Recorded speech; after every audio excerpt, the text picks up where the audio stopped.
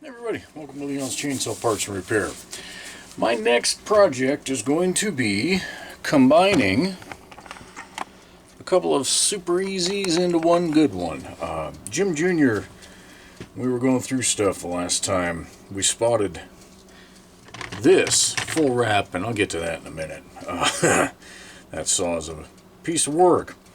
But spotted that in the bottom of the bin, and then this one that didn't look so terrible, mostly complete. We'll build off of it. I've got the muffler off so that I can take a peek, see at the piston. Mildest of one carbon mark in there. Be good to go on this one. So anyway, I've been working on getting that cleaned up, and we're going to build off of it. Most of what it needs is basic maintenance, and it may not even need a carb kit based on the fuel that I dumped out of this thing. So, I'm going to keep my fingers crossed on that one. But I wanted to take a moment before I get into this too far to ask what in the world was... I don't know what somebody was doing. On top of everything else, the damn muffler is falling off of this saw. But this handle system, this goes beyond redneck engineering. This is somewhere between Knuckle Dragger, Fred Flintstone, and a bad acid trip, maybe? I've never been on one of those, nor do I intend to. But I'm thinking that's what it would take for this to seem like a good idea. So the handlebar got broken, so somebody used this heavy gauge copper wire to wire that together, and apparently they lost all the screws out of the bottom of the frickin' handle, or stripped them, or both, I don't know, but then took these 1/4 inch, what I think they're 1/4 inch, eye bolts and forced them into there. Never was tight. I mean, this handle's got a bend in it, but I'm pretty sure I can make it work. It's about the redeeming part of this saw. Someone has replaced the spark plug wire and couldn't be bothered to trim it down right, so it's zip tied to the throttle handle there. The pin for your fast idle and compression release is busted off here. The choke rod is completely missing. Say this muffler, you know, that is ready to fall off. There's one screw in the starter cover. So yeah, like I say, might have been lower than Fred Flintstone on this one. I don't know. I just wanted you guys to see that mess before I actually started taking parts off of it. That's my plan, is to get everything together, finish any cleaning that's needed on this one that we're going to build off of, and then we'll just take it from there and bring it back up and see where we get. Don't do this, please. Just don't. Alright, I think we're ready to start building this. The decompression valve was actually stuck in this cylinder. Couldn't tell you why. I don't feel like there's a score or anything in there, so maybe some water got into it and corroded it shut. I don't know. What I do know is we're going to dose this one with a little PV blaster, just to be on the safe side. Yeah, see, that's moving nice. Now the other thing is, somebody must have tried to repair this because they took off the valve spring, and this is not fun to put on without destroying paint. In fact, I'm going to go out on a limb and say it's impossible to put on without destroying paint. And I'm trying to remember how I did it the last time.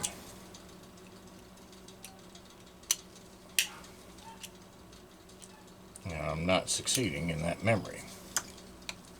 And the spring is strong, but it's not... Well, it would help if my vice grips were actually holding it. It's strong, but it's not that strong. But the nozzle... Ah, you son of a gun. These vice grips are wore out, at least on the jaws. Yeah. See, this is just going to scratch the ever-living rat piss. So, I'm going to try something that I think I remember from a long time ago in a galaxy far away. And I could be full of shat, too. Just need this screw to actually, or nut to actually start and not go flying off. That's all I need from this thing. And that is apparently asking for an awful lot. Nope. I was thinking I could somehow twist that around, but that is not going to happen. And I didn't want the nut falling down in the cylinder there. That's neat. Maybe I did it like that. Maybe. No matter what, I'm going to destroy some paint here. And you guys probably aren't going to be able to see what I'm doing. That spring's not ruined yet. Oh, you bastard. Guess I can't have the pin in place. There we go. That's, oop. I took a piece of my glove with it. Guess that's better than a piece of my finger. There we go. That's how we're going to do that. Oh. You know what? Damn. The nut goes on before the spring. So that wasn't real helpful. That doesn't piss me off at all.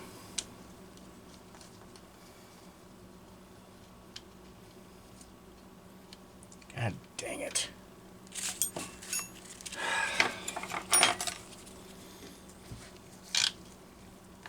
Last saw I worked on, I griped about some of McCulloch's designs.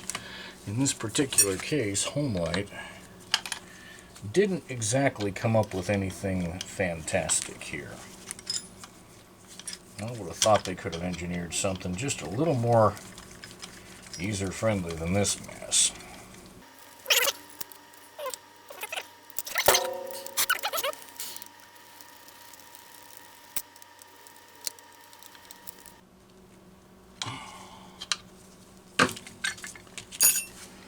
Okay, let's take 2 on that and see how this goes a second time around. It's not going to go for crap.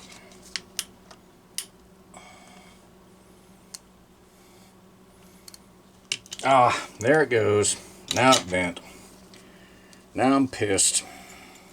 Okay, well, there's nothing fun about working with that spring.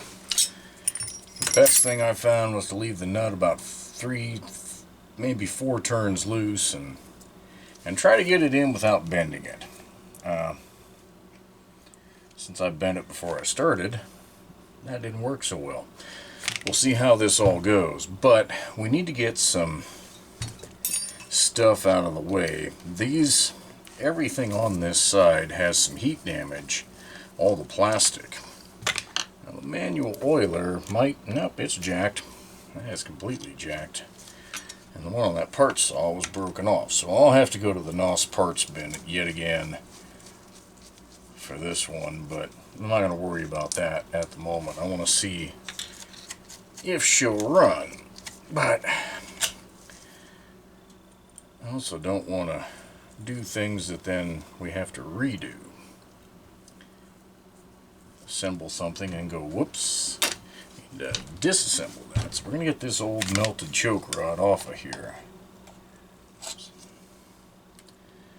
Might be, nope, that cotter pin was trash. Nice. Flying high today. That's not supposed to look like that. What I really want is access. There we go. Also, not kosher. I don't know what happened to this saw. No idea. But what I want to try and do is get this damn linkage all put together. And if this thing would just stay put, that would be super helpful. Let's see if we can... Let me bent the ever-living rat piss out of this, too. God.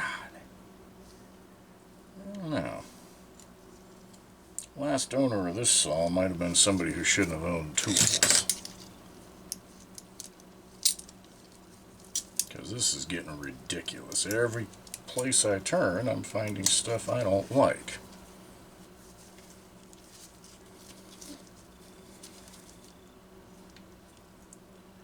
There we go. That's close. I would say when the decompression valve seized up, somebody tried to horse it out, and that went, as you can predict, not well. Okay, so you must go down there. Or do you go up like that? Maybe it's like that.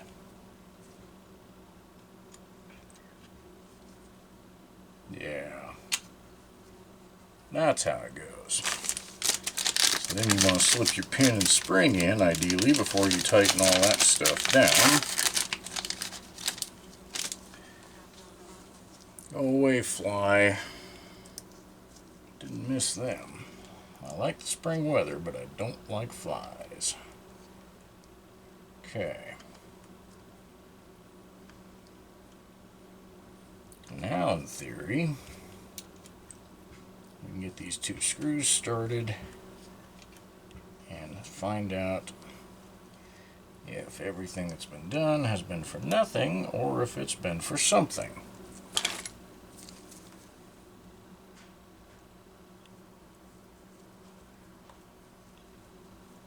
Yeah, you could find a hole and start.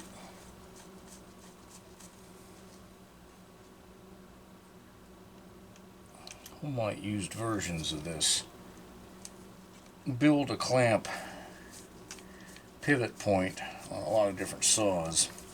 I guess most of them were big enough saws that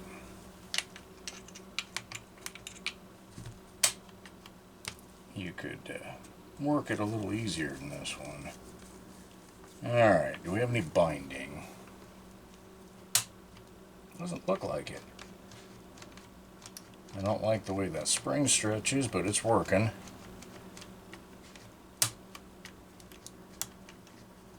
And it holds. I am not going to look a gift horse in the mouth. Alright, I want to drop the muffler on. And based on what I saw happening on that other saw, I'm going to put a little Loctite on these damn screws. At least the main body screws. I'm not a fan of having the muffler fall off. I have had that happen. Not on the Super EZ. Most famous saw I can remember was that Mini Mac 35 I grew up using. You'd be chugging along and then all of a sudden, bah, and you look down and there it is, laying on the ground. Too hot to pick up, of course.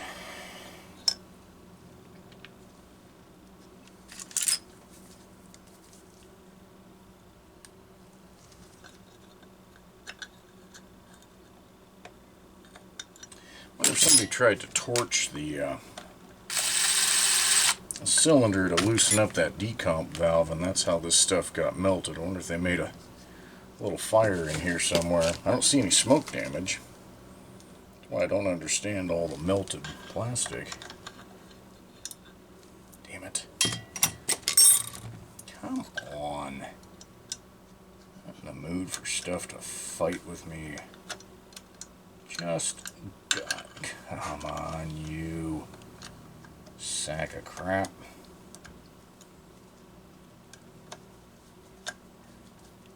Oh yeah, why would I want you to thread in? Sitting there wallering around, that's much more fun for sure. Seriously, come on. Pissant?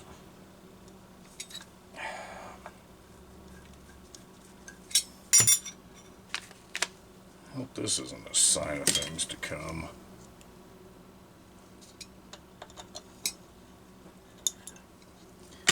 Yeah.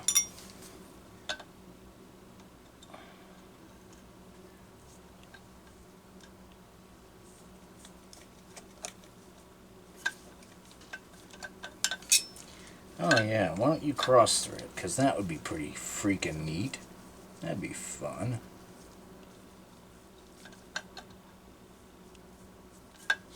What in the... I've about had it with this.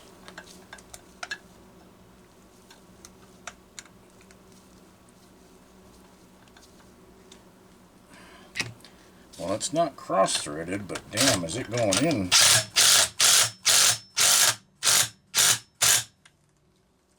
Yeah.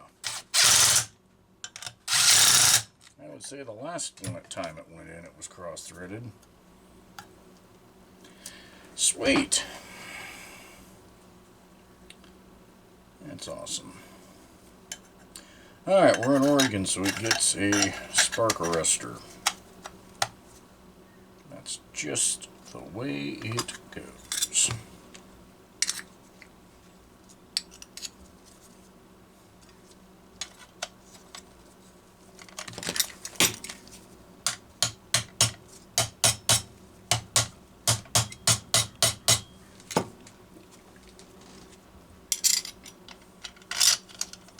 Anybody who's running a straight pipe on a saw in this state, boy, I hope you don't cause a fire. For your wallet's sake, and for, well, the air I like to breathe's sake. Alright.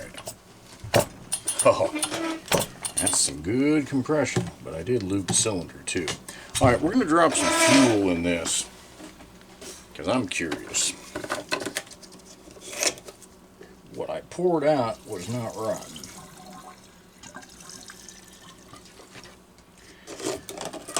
I do need to find a fuel cap that isn't jacked up.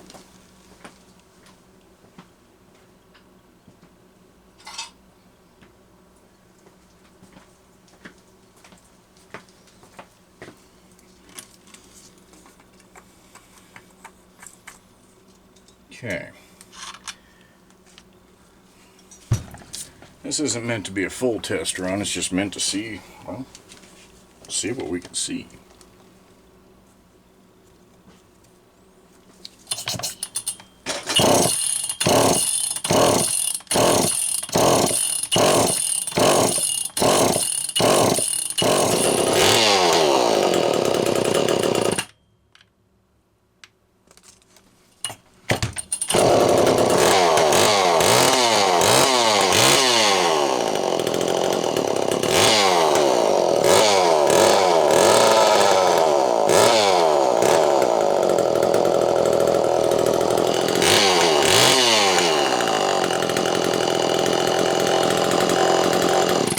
Okay, that's what I needed to know. And a fuel hose that is split on the bottom of the barb, like this one, does exactly what you guys just saw it trying to do.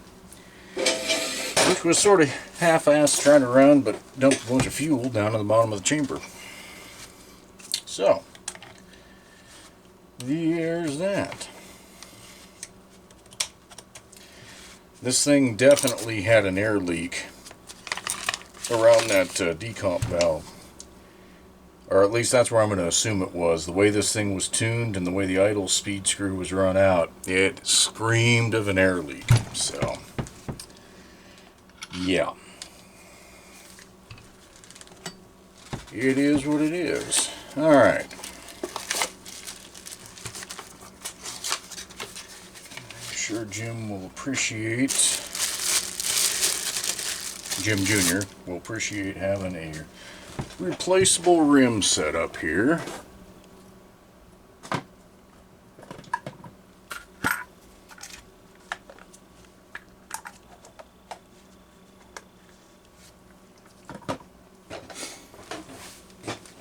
Throw that on there. And we need to grease up the bearing. And it looks like either the gasket or the duckbill valve on the fuel cap is bad. I'm almost certain it's the duckbill valve because it always is. I'm on something that's been sitting.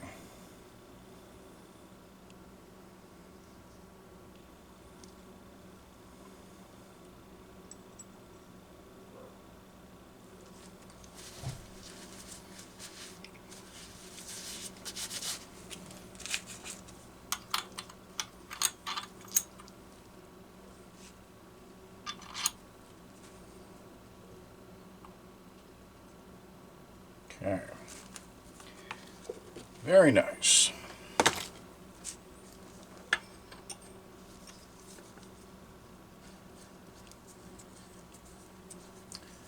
Very, very nice.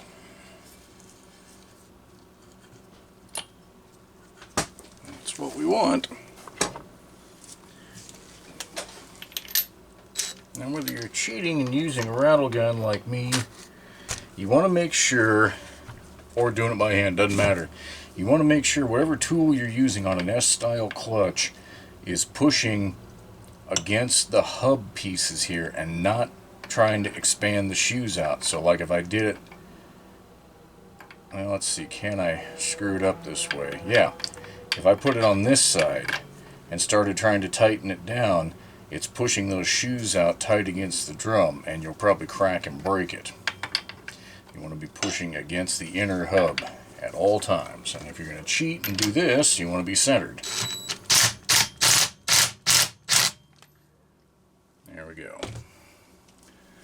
That shouldn't walk off.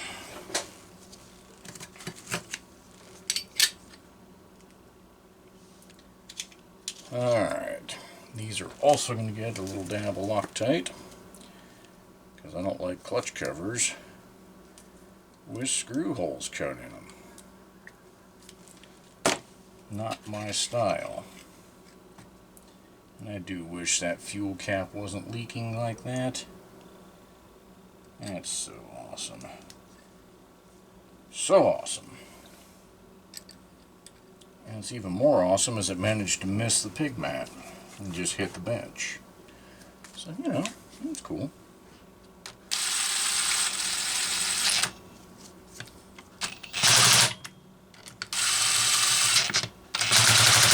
You guys remember the comic strip, The Born Loser?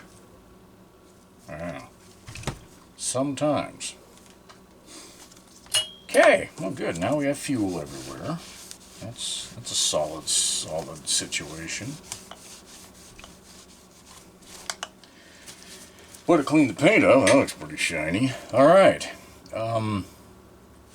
Because she runs, we can actually put the air filter mount back in. This will be a shorter project than it could have been, and that's okay.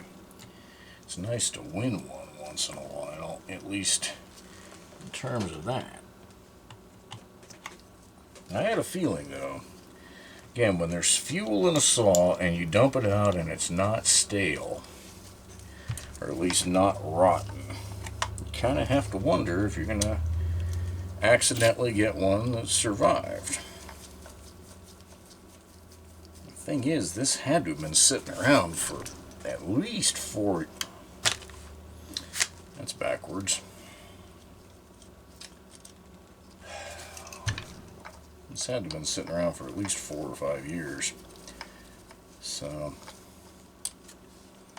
I don't know. You know, some of those people that claim that the fuel additives don't work, I are not one of those people. I claim the exact opposite.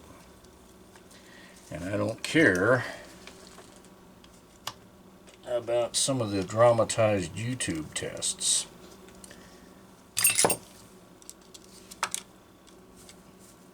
Because I've seen those. And who knows, maybe it's not just the stable.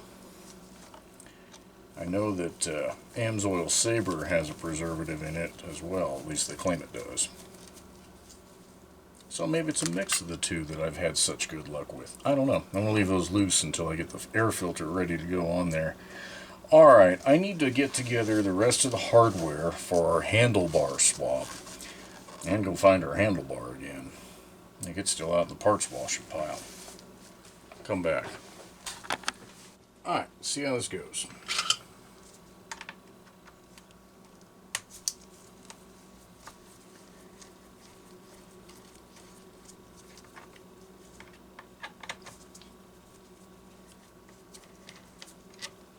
I am unconvinced that I have all the right stuff here. But we will see.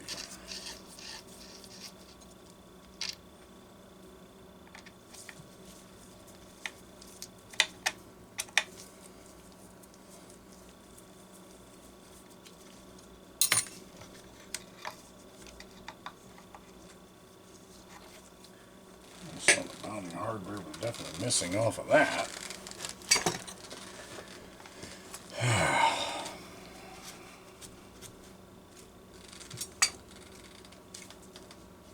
Alright, I'll start the top first, except we need to put a new bracket on it. That would be helpful. Oh crap, those are gonna be tight.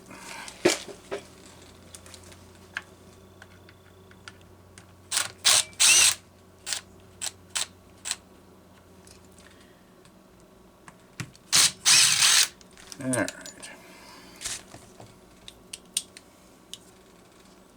Definitely want that to stay in there. I'm pretty sure we want the rubber cushion to stay in there. But the rest of that stuff I don't think we want.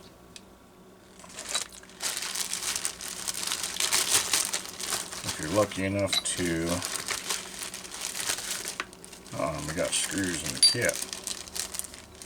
Very good. Yeah, so this is a combo instruction kit for a bunch of different handlebars. 65894, nope. There we go, 70303. There we go. So we use those two new screws to secure this. Doesn't look like, nope, we do not use the rubber pad. But we do keep the steel insert in there. Alright. Also, getting Loctite. Because we don't want them rattling apart.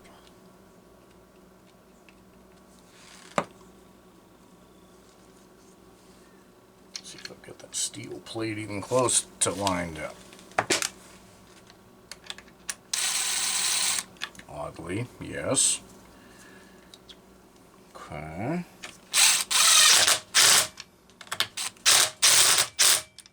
Okay, nice solid mount. I really prefer that to the old AV stuff that didn't really suit my fancy. Come on, you.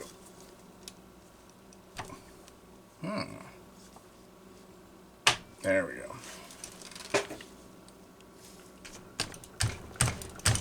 Remember, this was bent a little bit, and I did put it in the vise and attempt to straighten it as best as possible.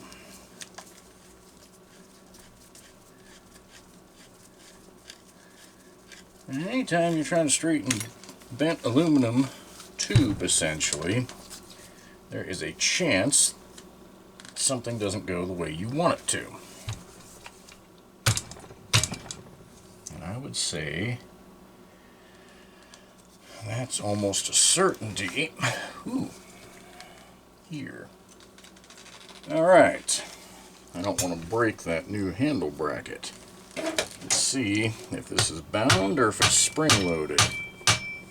Okay, I'm going to say that's spring-loaded. That is unfortunate. That is very unfortunate.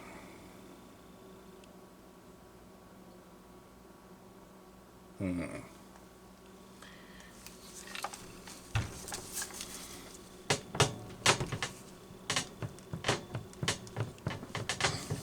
think any of that's going to hold. A little bit.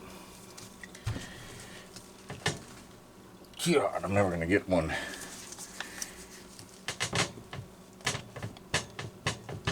The screw started doing that though. Holy simoleons. Alright. Hold on.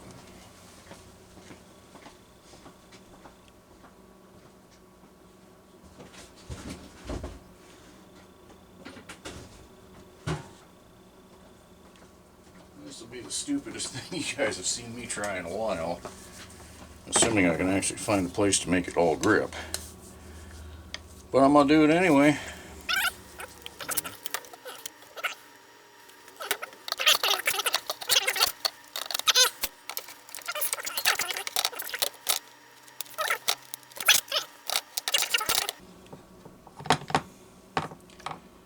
Okay. No way this can go bad.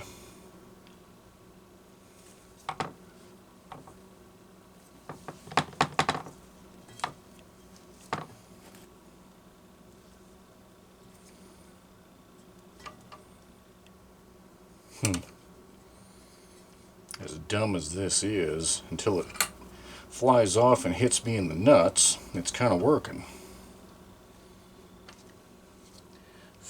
This one over here is still being a real inconsiderate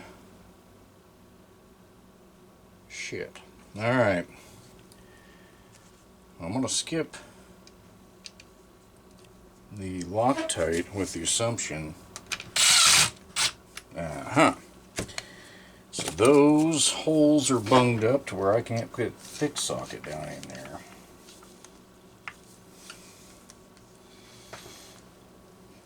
But I'm going to also assume when I let the pressure off, or take the vise loose here, that these aren't going to have a big risk of rattling out.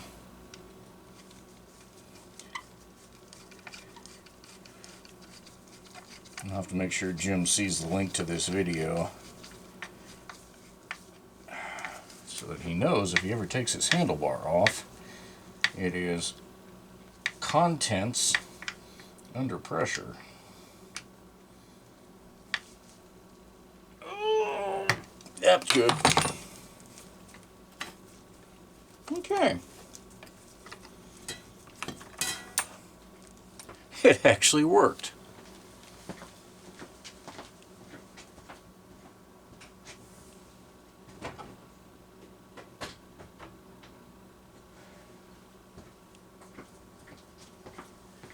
But it could have just as easily not worked. So I'm not going to do any gloating or bragging. I'm just going to be thankful that it worked. Alright. That's pretty cool. Even with the missing rubber. I just like the look of these saws with a full wrap. Like I say, you guys know, you've seen on the channel, if you were here last summer, you saw me carrying it around on the hill, cutting snags. Lightweight. And I think I've got a 20-inch bar on mine that I keep just sharper than snot. And that'll allow me to cut most of those snags that I need to cut when I'm hiking up the hill and I don't want to come back down for fuel any more than I have to. Alright, to set that cover or mount position, it's almost easiest to just screw on your cover. And then when it's there, and it's centered up nice and it goes down, unscrew it again. And try not to move. Take note of where your air filter is sitting and try not to move that at all as you're tightening it. And that just went back a little bit.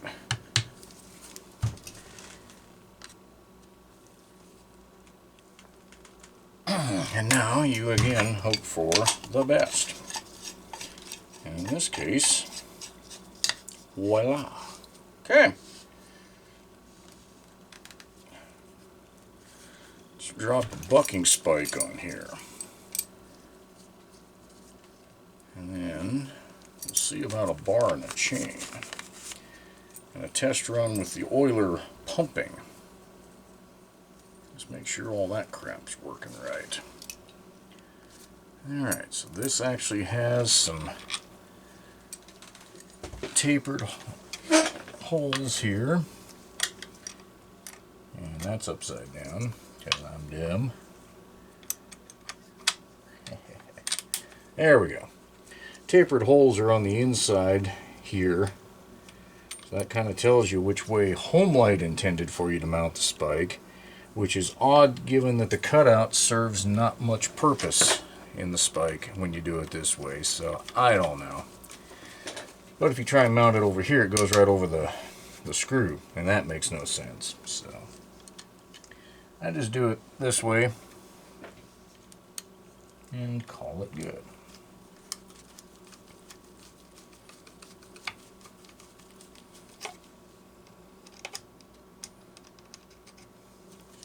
Hopefully you guys weren't looking at too much of my freaking hat, but I'll bet you were.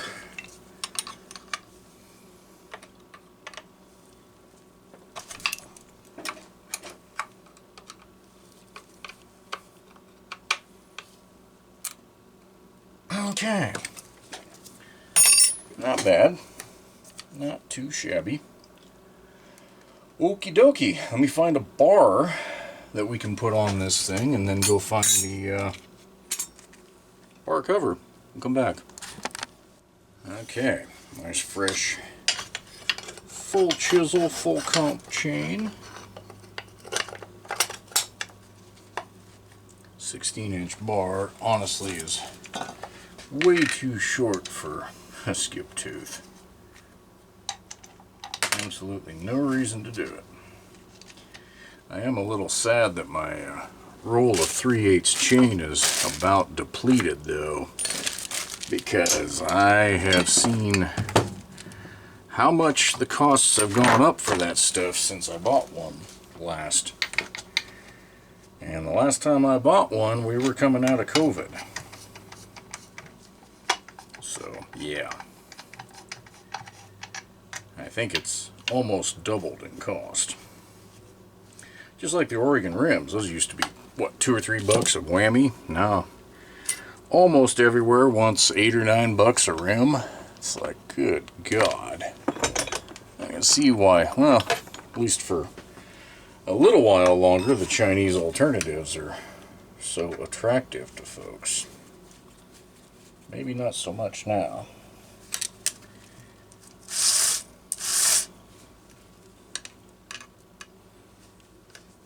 Makes you wonder how much of that stuff the importers had rat holed away and how long it'll last before the new expensive stuff starts hitting the market.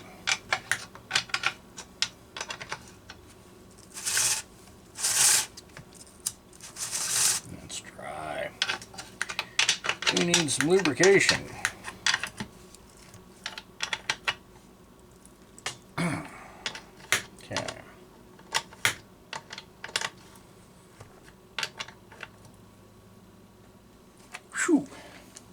I'm sorry.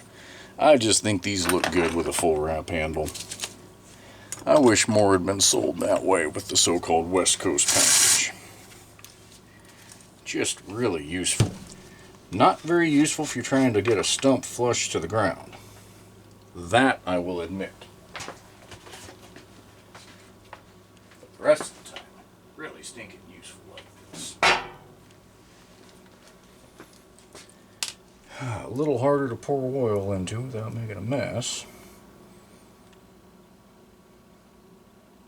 But certainly doable. That's enough. Hey now. Drop a little grease in that sprocket tip and then run this until we can get it to sling some oil and then declare, I think, declare victory. There it is. About time to muck this workbench out again.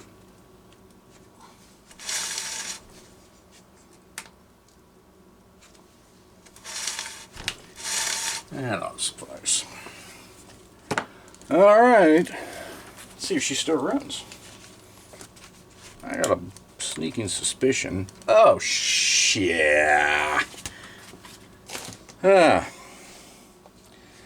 In all the fun and excitement, there it is. Guess what I didn't put on? A choke rod. And getting a cotter pin to go in with that air filter mount in the way is going to be interesting, but you can be damn certain I'm going to try. Because I don't want to pull that loose again.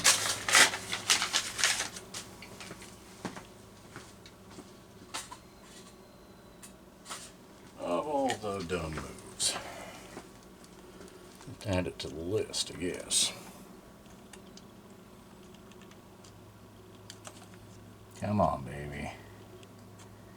Get in there and pull this way. God, did that get bent? Whew. Oh, okay. Oh, and I can see. This is so dumb.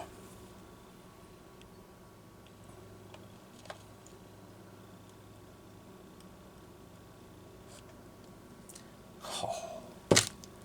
How can I get it to bend just right?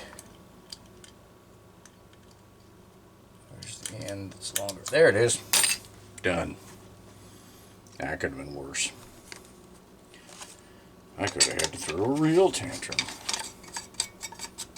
Okay. Let's try that test run again, now that we got a choke rod.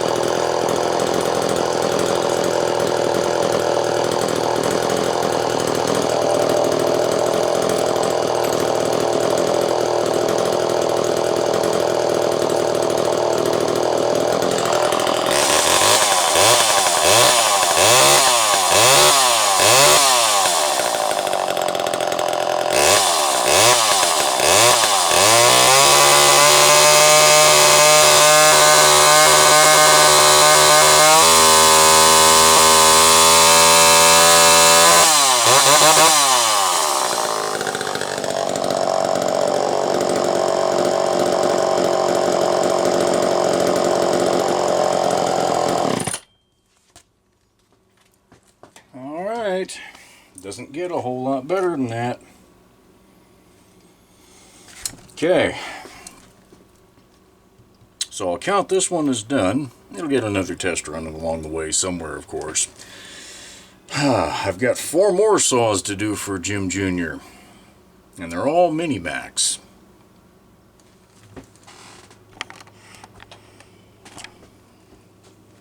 Now you can understand why I've been putting them off a little bit. They're not that bad.